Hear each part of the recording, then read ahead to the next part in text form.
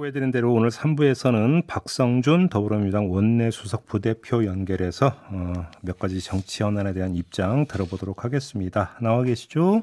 네네, 안녕하세요. 네, 일단 이 문제부터 좀 여쭤봐야 될 것 같은데요. 수사심의위원회가 김건희 여사 불기소 권고를 했습니다. 어떻게 평가하십니까? 이거는 어느 정도 좀 예상이 됐던 것 같아요. 네. 검찰이 이제 무혐의를 했고 또 수사심의 과정에서 불기소 권고를 했는데 일정한 어떤 전형적인 면죄부를 주지 않겠느냐, 또 수사 무마 방식으로서의 검찰이 이런 방식을 택한 거 아니겠느냐, 이런 예상을 했는데 그 예상을 하나도 좀 벗어나지 못했던 것 같습니다. 일부 보도로 보면 그 15명이잖아요, 위원이. 네네. 15명 만장일치로 불기소 권고가 나왔다는 보도도 있거든요. 이 점은 어떻게 보십니까? 그동안에 이제 이거는 이제 공정과 상식이라고 하는 측면에서 이제 법이라고 하는 어떤 법리적인 것도 있지만, 네. 국민의 눈높이에 봤을 때 김건희 여사가 이제 권력의 핵심층이라고 하지만 이 부분에 대해서는 명확하게 조사를 해야 되고 수사의 어떤 뭐 가이드라인이랄까요? 이런 것은 없애야 된다라고 하는 것이 국민의 눈높이라고 할 수가 있는 건데 네. 이미 김건희 여사의 명품백 의혹 수사와 관련된 부분에 있어서는 검찰이 일정한 어떤 수순을 밟는 과정이었다. 가이드라인을 정해놓고 가는 거 아니느냐. 그런 생각을 갖고 있었는데 수사심의위원회도 이러한 부분을 벗어나지 못했다 이렇게 보는 것입니다. 예. 자, 그러면 수사팀도 무혐의 결정을 내린 바가 있고 수심위도 불기소 권고를 내렸으면 무혐의 네. 이제 결정이 아마 거의 확정적일 것 같은데 그럼 바로 김건희 특검법 처리한다 이런 입장인가요, 민주당은? 지금 전체적인 분위기를 볼 때 김건희 여사와 관련된 무혐의 결정도 그렇고요. 또 얼마 전에 이제 언론 보도를 통해서 선거 개입에 대한 의혹도 좀 불거지고 있는 상황이기 때문에 네. 당내의 전반적인 기류와 분위기는 김건희 여사와 관련된 특검법을 조속하게 추진해야 되는 것이 아니냐라는 여론이 상당히 높아졌습니다. 그전에도 높았지만 네. 지금 분위기는 전체적으로 볼 때 이러한 검찰의 행태라든가 또 김건희 여사에 대한 의혹이 더욱더 불거지는 상황에서 김건희 특검법만이 유일하게 이 문제를 풀 수 있는 것이다. 그리고 김건희 특검법의 필요성이 더 높아졌다 이렇게 보고 있는 겁니다. 그러면 지금 그 특검의 수사 내용은 명품백, 그다음에 도이치모터스, 거기다가 공천개입 이게 다 아울러지는 겁니까? 지금 지난번에 김용민 우리 정책수석위원이 예. 이 선거 개입 의혹까지도 공천 개입 의혹이죠. 예. 2022대 총선 공천 개입 의혹까지 포함되어 있는 특검법을 발의했기 때문에 지금 말씀하신 것처럼 도이치모터스 주가 조작 의혹이라든가 삼부토건 주가 조작 의혹이라든가 또 명품백 수수, 또 인사 개입이라든가 이런 전반적인 내용까지 다 포함하는 특검법들이 좀 올라가 있고요. 예. 오늘 법사위 법안 소위가 오전 10시에 열리거든요. 네. 근데 김건희 특검법을 아마 다룰 것 같아요. 그러면 김건희 특검법과 관련된 법안들이 올라가는 것을 병합 심사를 해서 네.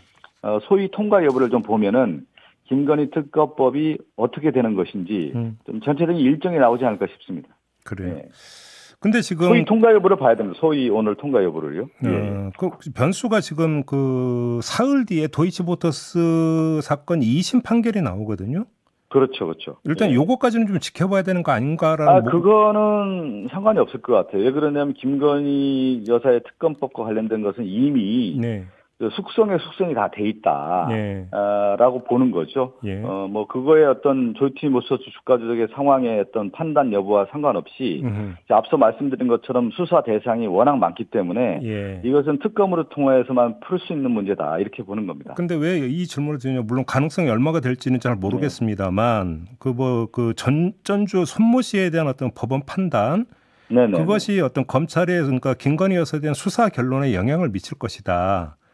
따라서 만약에 손 씨에 대해서 법원이 유죄 판단을 내린다라면 김건희 여사도 그 최소한 방조 혐의의 불구속 기소 가능성은 있는 거 아니냐는 전망도 나오기 때문에 질문을 드렸던 거거든요. 아주 뭐 중요한 판결이겠죠. 그런데 그동안에 보면 1심 재판부에서도 주가 조작과 관련된 계좌라든가 네. 그리고 증권사 녹취록을 통해서 보면은 주가 조작의 단순한 전주만이 아니고 방조만이 아니라 주된 역할을 했다라고 하는 정황들이 드러나고 있지 않습니까? 재판 과정에서도. 네. 그러한 부분에서 이제 재판부가 얼마나 이제 판단할지는 지켜봐야 되겠지만, 김건희 특검법은 전반적인 도이치모터스 주가 조작뿐만 아니라 국정 개입이라든가 지금 얘기한 것처럼 여러 의혹들이 다 포함되는 거기 때문에 이것은 특검을 통해서만 밝혀질 수밖에 없다고 판단하는 것입니다. 그러면 일단 이제 오늘 그 법사위 법안 소위에 올라가서 다룸으로써 이제 일단 그 시동이 걸린다 이렇게 그러니까 이해를 하면 되는 건가요? 그 법안 소위뿐만 아니라 제가 앞서 얘기한 것처럼 민주당 전체적인 지도부의 분위기도 네. 김건희 특검법이 필요하다라고 하는 정책 판단을 좀 하고 있다라는 겁니다, 지금. 예. 그러면 지금 본회의 표결은 언제쯤으로 예상하고 계세요?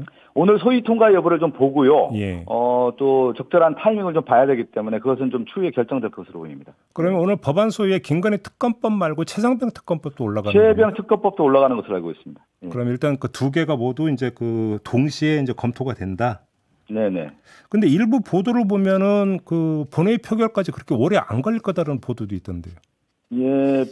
그런데 이제 그 본회의 표결에 대한 시점은 지금 정치적인 여러 고려를 하고 있고요. 네. 그 판단을 예를 들면 이제 지금 김건희 특검법과 최혜병 특검법이 동시에 법안 소위로 올라가는데 이 두 법안을 동시에 처리할 수 있는 문제냐 아니면 따로따로 시차를 두고 처리할 수 있는 문제냐 이거는 이제 판단에 남아 있는 것이죠. 그러면 그 원내 지도부에서 아직 이거에 대한 판단까지는 아직은 이루어지지 않은 판단은 겁니까? 다 하고 있는데 네.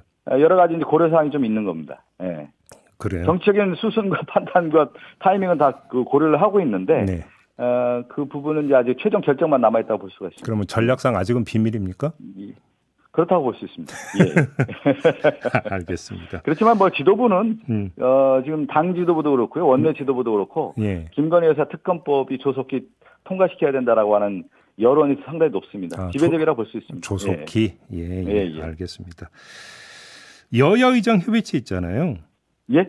여야 의정 협의체. 예, 여야 의정 협의체. 이건 지금 원내 지도부에서 지금 다루는 게 아니라 당 지도부에서 다루고 있는 사안입니까? 그렇죠. 예, 맞습니다. 예. 그래요? 일단 그러면 당 입장은 어떻게 지금 조율이 되고 있는 겁니까? 의료계가 아직 참여가 불투명해서 드리는 질문인데. 의료계는 지금 여전히 이제 불투명한 상황이고 예. 여야 의정 협의체는 저희 박찬대 원내대표도 이제 제안을 했고 예. 이건 뭐냐면 의대 정원에서 시작해서 지금 의료 대란 문제로 지금 일어나고 있지 않습니까? 네네. 추석 연휴에 다들 그런 얘기 하는 거 아니에요?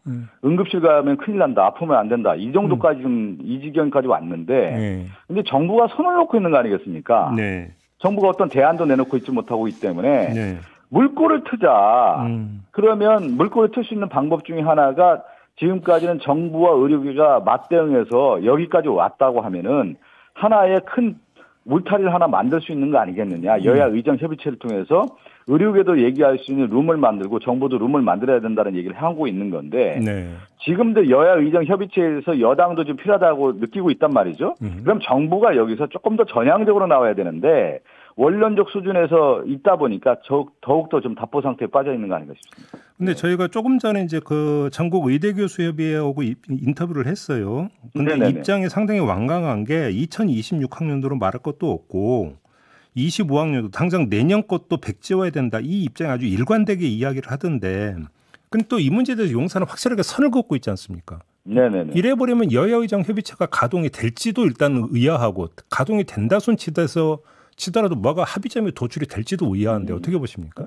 상당히 좀 어렵다고 보는데 예. 일단은 이제 원점이 어디서 출발하느냐 지금 이제 봤을 때 의대 정원 예를 들어서 2,000명 이제 뭐 내년에는 이제 2025년도는 1,500명 정도 된다고 하는데 네. 이 정원에 대해서 국민들이 바라볼 때 이게 맞냐는 거예요. 의료계뿐만 아니라 그 의료계뿐만 아니라 그 전반에 같이 있었던 전문가들의 그룹을 얘기 들어보면 정부의 결정이라고 하는 것이 졸속 결정이라는 거 아니겠어요. 그러면 이런 부분도 원점에서 한번 다시 고민해 볼 시점이 아니겠느냐라고 하는 차원에서는 좀 접근할 필요가 있다고 봅니다. 예. 내년도도? 그게 출발이 그렇기 때문에 네. 여야 의정 협의체에서 어느 정도까지 가닥을 잡을 수 있을지 모르겠지만 지금 이제 대학 입시가 얼마 남지 않았지 않습니까? 수시는 오늘부터 시작이 되죠. 오늘부터. 실제 그렇단 말이죠. 그렇다면 의료계에서는 지금 2025학년도부터 정원 검토 문제가 핵심이라고 지금 얘기를 하고 있는 거기 때문에 이 문제가 핵심이기 때문에 이게 어느 정도 풀 수 있는지는 상당히 어려운 문제가 아니겠냐. 난제 중에 난제라는 생각이 좀 듭니다. 근데 일단 정리해서 질문드리고 싶은 게 지금 의료계의 참여가 불투명하다 보니 어제 용산발 어떤 입장이 나왔냐면 의료계 참여가 당장 어렵다면 여야정 협의체를 우선 가동하는 것도 한 방법이다. 이런 취지의 주장이 나왔거든요.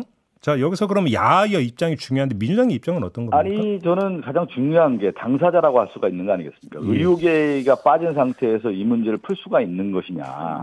그렇기 때문에 여야 의정 아니겠습니까? 제가 앞서 얘기한 것처럼 정부가 손을 놓고 있는 상황에서 의료계와 대치선선만 있었던 거 아니겠습니까? 그렇죠. 이걸 풀기 위해서는 정치권이 여야가 필요하다라고 하는 부분에 있어서 협의체인데 네. 그럼 가장 중요한 핵심 기관이라고 할 수 있는 의료계가 빠졌을 경우에 그것은 어떤 의미가 있겠습니까? 그러니까 저는 여야 의정 협의체에서 의료계는 반드시 들어와야 된다고 봅니다. 아, 그러니까 출범부터 시작부터 의료계는 반드시 참여해야 된다. 들어와야죠. 그거 빼놓고 어떻게 얘기할 수가 있겠습니까? 하나만 더 그러면 여야 의정에서 야 있잖아요. 야는 민주당만 들어가는 겁니까? 아니면 조국혁신당이나 개혁신당도 같이 들어가는 겁니까? 야라고 했을 경우는 교섭단체를 의미하지 않겠습니까? 아, 그렇게 보세요? 네. 근데 조금 전에 전국 의대교수협의회 입장에서는 다른 야당 참여도 그러니까 좀 깔고 이야기하는 것 같던데요. 뭐 이제 그렇게 할 수가 있는데 보통은 우리가 이제 협의체를 얘기했을 경우에는 교섭단체를 기준으로 우리가 보통 얘기를 하죠. 아, 그래요? 민주당 입장은 그런 것이다. 민주당 입장이라기보다는 통상적으로 보통 협의체를 구성했을 때는 이제 교섭단체를 기준으로 하는 것이 이 정치권의 어떻게 보면 전통이라고 할까요? 관리했던 것이죠. 알겠습니다. 저기 그 수석 부대표님 모신 김에 다른 문제 좀 한두 가지 더 여쭤볼게요. 일단 하나는 김동연 경기지사가 이거 전국민 25만 원 지원금 있지 않습니까? 이거에 반대한다는 입장 선별 지원을 사실상 주장을 했던데 여기서 당 안에서 이에 대해 상당히 비판적인 목소리가 나오고 있다는 뉴스가 있었어요. 혹시 당 지도부의 입장은 어떤 겁니까? 뭐 당 지도부는 일관된 입장 아니겠습니까? 전 국민 25만 원에 대한 것은 무슨 뭐 복지 정책도 아니고 경제 정책이라는 거 아니겠어요? 경제 정책이라고 하는 것은 지금에 있는 경제의 악순환 구조, 경제가 상당히 이제 파탄 지경에 이를 정도로 지금 자영업자라든가 소상공인이 어렵기 때문에 그 여파를 뚫기 위한 하나의 방안으로서 경제정책으로서 25만 원을 해서 경제 선순환 구조를 만들자라고 하는 것이 민주당의 일관된 입장이기 때문에 뭐 김동연 지사의 어떤 개인적인 생각인지 모르겠지만 민주당의 전체적인 방향과는 완전히 다르다고 생각합니다. 근데 지금 완전히 다르다고 표현해 주셨는데 근데 제가 이 질문을 왜 드렸냐면 전에 이제 그 다른 분 인터뷰 때도 제가 이 문제를 여쭤봤더니 진성준 정책위 의장이나 정성호 의원 같은 경우 만약에 그 지원금 지급에만 합의를 본다면 선별 지원도 얼마든지 논의할 수 있다라는 입장을 저희 인터뷰에서 얘기한 바가 있었거든요. 지금 저희들도 그렇게 얘기를 하고 있지 않습니까? 이재명 당대표도 25만 원 관련된 지급에 있어서의 여당과 협의에 있어서 선별적 지급도 충분히 수용할 수 있는 문제이기 때문에 대통령실이나 정부 여당이 이 안을 가져와서 서로 협의를 해보자 이런 부분이고 그러니까 이 전 국민 25만 원과 관련된 부분에 있어서는 앞서 얘기한 것처럼 경제정책으로 봐서 추석에 지금 국민들 되게 어려운데 이거 물꼬를 터보자는 거 아니겠습니까? 그런 차원에서의 어떤 여지를 만들자라고 하는 것이 민주당의 일관된 주장이라는 것이죠. 그래요. 근데 이게 지금 어떤 정부에서 받아들일 여지가 조금이라도 있다고 보세요? 지금까지는 정부는 받아들이지가 않고 있죠. 그러니까요. 그런데 그러면서 우리는 또 그런 얘기를 하고 있지 않습니까? 민주당에서. 그러면 정부 여당은 경제 활성화를 위해서 어떤 정책을 내놓고 있느냐, 실질적으로. 그걸 주문하고 있는 거 아니겠습니까? 그러한 정책을 내놓는다고 하면 민당도 같이 논의해서 실질적으로 성과를 얻을 수 있는 정책을 만들어 보자라고 하는 것이기 때문에 정부 여당도 좀 책임지고 좀 나왔으면 좋겠습니다. 그래요. 하나만 더요. 지금 정부가 그 연금 개혁안을 발표를 하지 않았습니까? 이제 국회로 넘어오고 이제 국회에서 처리를 해야 되는데 일단 이전부터 연금 특위 꾸리는 겁니까? 아니면 보건복지위에서 그냥 처리하는 겁니까? 아니 그러니까 계속 얘기 나온 것 중에 연금 특위를 몇 년 동안 운영을 해봤잖아요. 그리고 나서 마지막 우리 당 안에서는 모수개혁과 관련된 안을 냈단 말이에요. 그러면서 전향적으로 국민의힘의 안까지 수용할 수 있는 전향적인 자세로 나섰는데 실질적으로 이 연금특위와 관련된 부분에 있어서의 결과물을 도출하지 못했단 말입니다. 그렇다고 하면은 지금 시점에서는 정부가 책임지고 안을 내놓고 그걸 가지고 실질적인 법안으로 가서 정책 추진을 해야 되는 거기 때문에 그렇다고 하면은 보건복지부의 상임위에서 여야 의원들이 충분히 논의할 수 있다 이렇게 보는 것이죠. 특위까지 갈 이유는 없다. 특위까지 만들 필요는 없는 것이죠. 지금 시점에서는. 그래요. 이미 특위를 충분히 운영해보지 않았습니까? 그렇다고 하면은 이제 정부안을 내놓고 예. 이 안을 가지고 상임위에서 논의하면 된다는 것이죠. 그러면 네. 예를 들어서 이제 그 21대 국회 말미에 민주당의 입장은 그 보험료율 13% 소득 대체율 45%였잖아요. 네, 44%까지 충분히 수용할 수 있다고 했던 것 같은데. 나중에 이제 이재명 대표가 예. 합의만 이루어진다면 양보할 수 예. 있다는 입장을 내놨는데 아무튼 예. 공식 입장은 45%였는데 그러면 44% 수준에서는 한번 합의를 도출할 수 있다 이렇게 이해를 해도 되는 겁니까? 그 당시에 그렇게 얘기를 나눴고요. 근데 이번에 정부안을 보면 42% 아니겠습니까? 그렇지 않습니까? 그렇습니다. 그러니까 모수 개혁과 관련된 부분에 이제 최종 남아 있는 거고 그렇다고 하면은 상임위 안에서 충분히 논의가 가능하다고 봐야 되는 거죠. 또 따로 뭐 특위를 만들어서 이미 논의는 다 숙성이 다 된 거 아니겠습니까? 결정만 남아 있는 거 아니겠어요? 근데 저는 아직도 기억나는 게 영수회담을 할 때도 이재명 대표와 윤석열 대통령 영수회담 할 때도 연금 개혁과 관련해서 결정만 남아 있는 거 아니겠습니까? 이런 얘기가 있었거든요. 그러니까 대통령의 결정만 남아 있었다 이렇게 말씀드렸던 기억이 나는데. 이 부분도 좀 결정만 남아 있는 거 아니겠습니까? 근데 새롭게 들고 나온 그 세대별 보험료율 차등 적용 문제는 민주당 입장은 어떤 겁니까? 그건 제가 구체적인 내용은 잘 모르는데요. 네. 그거는 뭐 제가 여기서 말씀드리기는 어려울 것 같고요. 예. 충분히 그건 상임위에서 충분히 논의가 가능하다고 봅니다. 아무튼 그 법안 형태로 넘어와야 되고 그러면 보건복지위에서 그냥 법안 그 심의 차원에서 그러니까 검토하면 된다 이런 입장으로 이해를 하면 되는 겁니까? 그렇게 하면 되지 않겠습니까? 연금특위에서 충분히가 논의가 됐고 그러면 책임지고 정부안을 내놓고 정부안이 우리가 보통 절차적 과정이 그런 거 아니겠습니까? 정부안을 내놓는다고 하면 상임위에서 충분히 수기와 공론을 통해서 법안을 추진하면 되는 거 아니겠습니까? 정책 추진하면 되는 거죠. 지금 그 입장은 21대 말미에 연금특위가 도출했던 것에서 연장선에서 이야기를 해야 된다 이런 기조인 거죠. 그러니까 그런 측면에서 바라봐야 되지 않겠습니까? 충분하게 그 당시에 많은 논의들이 있었거든요. 알겠습니다. 자, 오늘 말씀 여기까지 들을게요. 고맙습니다. 감사합니다. 네, 박성준 더불어민주당 원내수석 부대표였습니다.